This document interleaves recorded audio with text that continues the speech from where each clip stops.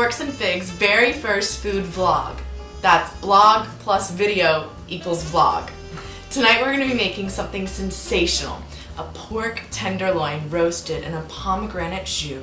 Then, on the side, we're going to have braised potato and fennel. We're going to teach you all about braising and what it is. And then, we're going to serve it up with a side of sauteed spinach, just simply, with garlic, olive oil, and salt. It's going to be fantastic. So come on and join us. Okay, so let's get started. What we have here is 2 beautiful pork tenderloins. Now when you buy these in the store, you're going to notice that you have a little bit of excess fat. So it's no big deal, you're just going to trim it right off like this. Okay, so now that you have your tenderloins pretty much trimmed up, it's okay if there's a little bit of fat. You'll notice right here, I've just left a little bit of fat, and that's more of a muscle fat, and that's what's actually going to flavor and tenderize the meat.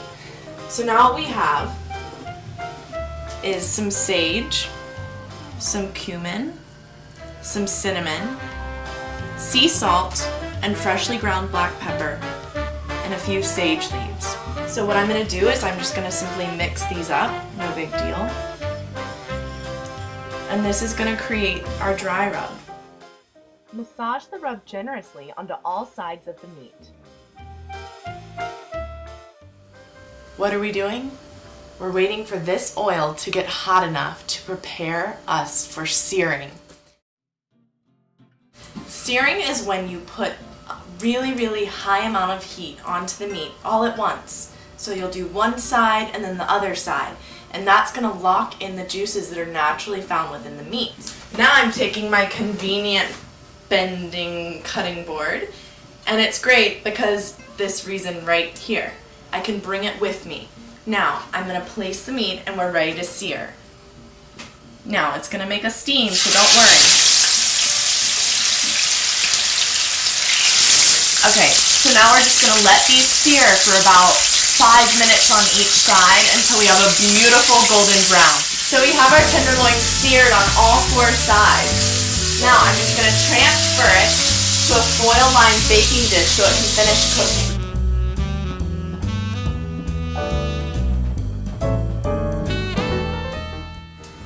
So have any of you ever seen this thing before? It looks kind of like a giant grass alien, but it's actually called fennel, also known as anise. It's so delicious. It smells like almost like licorice. It's really great. Now, what you're going to do is just cut off the top. It makes it a lot more manageable. The stalks of the fennel are called fronds. Remove the fronds from the bulb and finely chop 2 tablespoons. Quarter the fennel and cut each quarter into 2-inch pieces.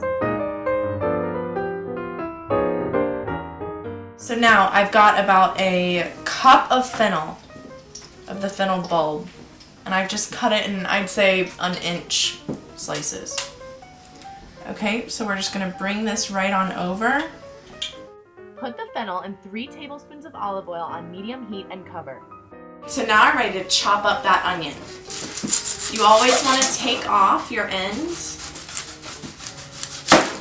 And just FYI, this is the root and this is the stem. And I'm just going to quarter it, and then I'm just going to chop it into 1/4-inch slices. Okay, so there's my 1/4-inch slices.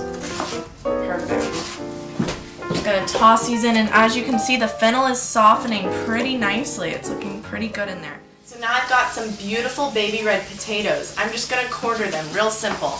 Down the middle, cut across. Add 1 pound quartered potatoes, 1/4 of a teaspoon salt, and 1/4 teaspoon pepper. Okay, so the whole point of braising is to cook something at a high heat using a liquid. The liquid I'm going to use is just some simple water. I've got a 1/2 cup going in. That slows down the heat. I'm going to cover it up 12 minutes and it's good to go. So a lot of you might struggle with how to know if your meat is done or not. I have a tip that I've used, my mom taught me, and I've been using it ever since. It's really easy. Typically, I like my meat prepared medium to medium well. It should feel like the palm of your hand, like the pad right here. So you can compare. It feels about the same, so I know that my meat is about medium to medium well. So take it out, give it a cut. Worst comes to worst, you throw it back in. Okay, so our tenderloin is perfect. It's ready to go. But don't forget, once it's ready, you've got to let it rest. It's really important so that the juices don't just all pour out once you cut it. So whenever you're making a au jus, as they call it, which means with juice, you're using the drippings from the meat, and you're going to create a juice or a sauce from that to use on the side. So what I have here is about 3 tablespoons of the drippings that I got from my pork tenderloin, and about a tablespoon of the remaining oil that I cooked it in the skillet. Now I'm simply just taking my spoon and I'm just going to scrape up all those yummy bits. It's really important that you take about a minute and do this so that you really get all of that good juice. Now for the pomegranate. I'm sure you've all seen these. I'm going to add about a cup of it right into the pan. Great. Now I'm going to kick up my heat to high. So after about 5 minutes at a roaring boil, we're going to add our butter. This is a tablespoon. Put it right in. This is going to be our second thickening agent. After about 12 minutes of braising, remove the cover, turn off the heat, and stir occasionally until served. Now we have prepared 3/4 of a teaspoon of cornstarch and 1 tablespoon of water. We're just going to put it right in. Cut tenderloin into 2-inch slices on an angle and transfer to a plate. And we've got our beautiful sauteed spinach. Can you see the garlic? It's just really thinly sliced. And now we have our braised fennel and potatoes. Now, these got a beautiful caramelization on them. Can you see that? Now, does that look good or what? I'd say our au jus is ready to hit the loin. What do you say? Come on. I'm just going to pour a little bit of that au jus. So you did it. It wasn't so hard. A beautiful, classic dish that your guest will go wild over. Thanks for joining Forks and Figs for our very first food vlog. We're sure it won't be the last.